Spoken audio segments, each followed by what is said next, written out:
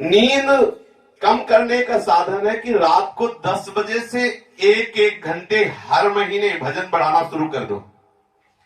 यानी 10 बजे से 11 बजे तक एक महीना जागने का नियम लो। जैसे आप 10 बजे शयन करते हो तो एक महीना हम नियम ले लिया कि अब एक महीना 11 बजे पहले नहीं सोएंगे, तो उस समय गप नहीं लड़ाएंगे, मतलब भजन करेंगे बैठ के एकांत में। जब दूसरा महीना शुरू हो तो 12 बजे तक का नियम ले लें, तीसरा महीना 1 बजे तक का, चौथे महीने में 2 बजे तक का। इस तरह रात के 4 बजे तक जगने का अभ्यास करें और 4 बजे से सो जाएं।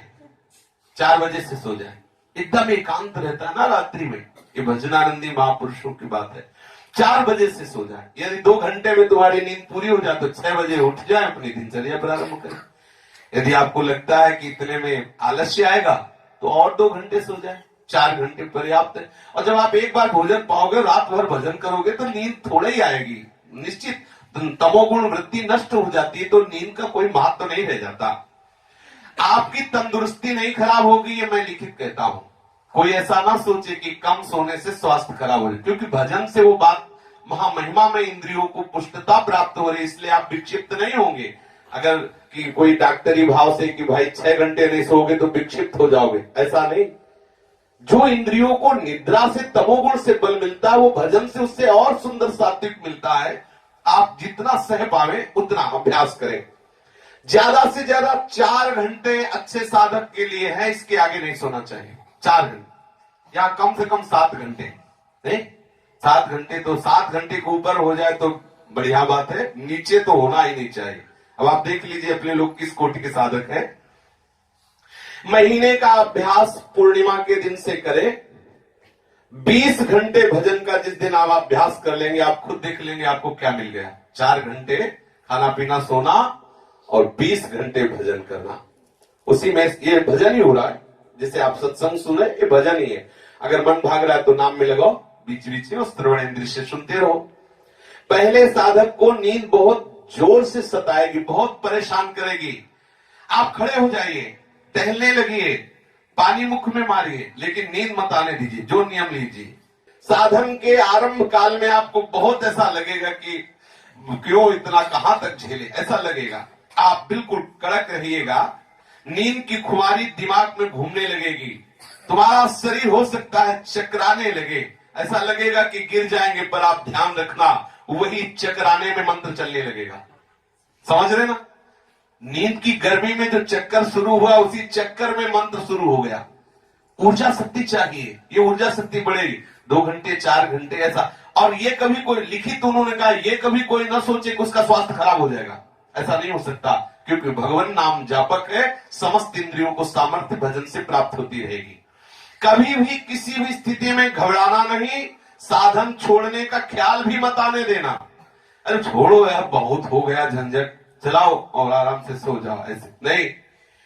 रात के आपके कमरे में दूसरा कोई प्रवेश ना करे, ये नियम बना ले।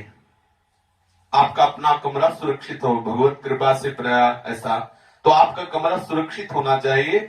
और हम तो कहते हैं कमरे में किसी को क्यों मिलने दो, आप बाहर मिलिए। किसी को मिलना है, आप बाहर अपने कमरे में क्यों बुलाएं? आपका साधन कक्ष आपके ही परमाणुओं से सुव्यवस्थित सुरक्षित रहना चाहिए। आप ताला चाबी रखिए, अपना लगा दीजिए, दर्शन किए, सत्संग सुनिए, फिर अपने कमरे में बंद हो। किसी से मिलना जुलना है तो बाहर मिलिए, बाहर हाल में आके मिलिए, बाहर मिलिए। हाँ, समय दे दिया कि आप उस समय वहां किसी लता के नीचे बैठ के मिलिए। अपना साधन कक्ष सुरक्षित और पवित्र रहना चाहिए। और भाई जी के शब्दों में कि जैसे व्यभिचार प्रवृत्ति होती है, अर्थात कमरे में कई लोगों का आना जाना होता है, तो परमाणु उसको साधन के नहीं मिल पाते हैं और उसकी सिद्धावस्था में बड़ी कठिनाई होती है। इसलिए साधक को अव्यभिचार वृत्ति अर्थात कोई भी कमरे में प्रवेश ना करे, किसी भी तरह के दूसरे परमाणुओं का प्रवेश थोड़ा करके देख लो, क्या परेशानी है। ठाकुर जी ने सब व्यवस्था दी है अपने लोगों को, तो आप अपने नियम से, किसी से वैर नहीं, पर कोई मिलना चाहता है तो बाहर मिले, हमारे साधन कक्ष में। साधन कक्ष सुरक्षित और भजन परायण परमाणुओं से युक्त। अब ऐसा नहीं कि आप दूसरे को तो प्रवेश मत करने दो और आप खुद कमरे में वो आचरण करो जो आपके भजन के विरुद्ध है, तो आप देख लीजिए फिर आपको खुद प्रकृति जलाएगी, दंड देगी। रात को कमरे में किसी का प्रवेश नहीं होना चाहिए। किसी को भी जो आपके आसपास कमरे में रहता हो सोते हुए देखना नहीं चाहिए। मान लो रात में भजन तो ये सो रहा है कि नहीं सो रहा है, नहीं देखना, क्योंकि हमें फिर वो वैसी भावना बनेगी हम भी सहन करें। तो अगर जागकर भजन करना चाहते हैं तो सहन करते हुए पर दृष्टि न डालें। आप अर्थात आप अपने ही कमरे में रहे, वहीं टहले अंदर। तकिया, गद्दा, सुखपूर्वक सैया, इसका त्याग कर दें। अब इस पे सोचे कि इसमें माला, सोफा पे बैठ के माला, एसी में बैठ के माला, गद्दा तकिया में बैठ के हो गया माला, 5 मिनट में वो माला माल हो जाओगे, आप सो जाओगे, पता ही नहीं चलेगा। तकिया गद्दा साधक के लिए ठीक नहीं है। साधक ज्यादा सुकोमल वस्त्रों पर अगर सहन करेगा तो अधिक नींद आएगी और नींद तंग करेगी। साधक चाहे गर्मी हो चाहे सर्दी, ऊन और कुशा के सिवा कोई आसन न बिछाए, ऐसा ही जीवन में रहा है। ऊन और कुशा के सिवा कोई शासन, कंबल और कुशासन। कुशासन नहीं मिल पा रहा तो कंबल का आसन है, नीचे टाट बिछा लो, चटाई मिलती चटाई डाल लो, एक कंबल डाल लो, बस सहन करना है। अपने हाथ की तकिया है, जितनी देर नींद आई सुखद आई, नहीं तो बैठ गए नाम जप कर रहे। अब 14 प्रकार की तकिया, छोटी मझोली और बड़ी, तो भजन क्या होगा ठाकुर जी जाने। अगर आपको ऐसी परेशानी लग रही है कि मेरा शरीर नींद के कारण मुझे गिरा देगा, तो छत में कोई एक ऐसी रस्सी बांध लीजिए, जिसमें नारायण स्वामी जी ने लिखा है, और उसे आप पकड़ लीजिए और फिर माला चलाइए। मतलब युद्ध करना है, युद्ध, पूरी पक्की ट्रेनिंग चाहिए इसमें, कोई साधारण ही भगवत पार्षद पद प्राप्त होना है। एक रस्सी का झूला डाल दीजिए, उसमें एक डंडा बांध दीजिए, उस डंडे में हिलिक जाइए, पूरी रात भजन कीजिए, नींद मत आने दीजिए। ऐसा कह रहे, जिस समय ज्यादा नींद आवे तो उस डंडे के सहारे खड़े हो जाइए। आपको नींद नहीं आनी चाहिए, लड़ो इस दुश्मन से। अगर आपको नींद आती है तो तेज रोशनी करके रखिए आप अपने कमरे में, अंधेरा मत होने दीजिए, फिर उसमें भजन कीजिए। ऐसे शेष चर्चा आगे। यहां कल से विश्राम हुआ था कि साधक को सुखपूर्वक नींद आ जाए ऐसी सैया पे नहीं सहन करना चाहिए।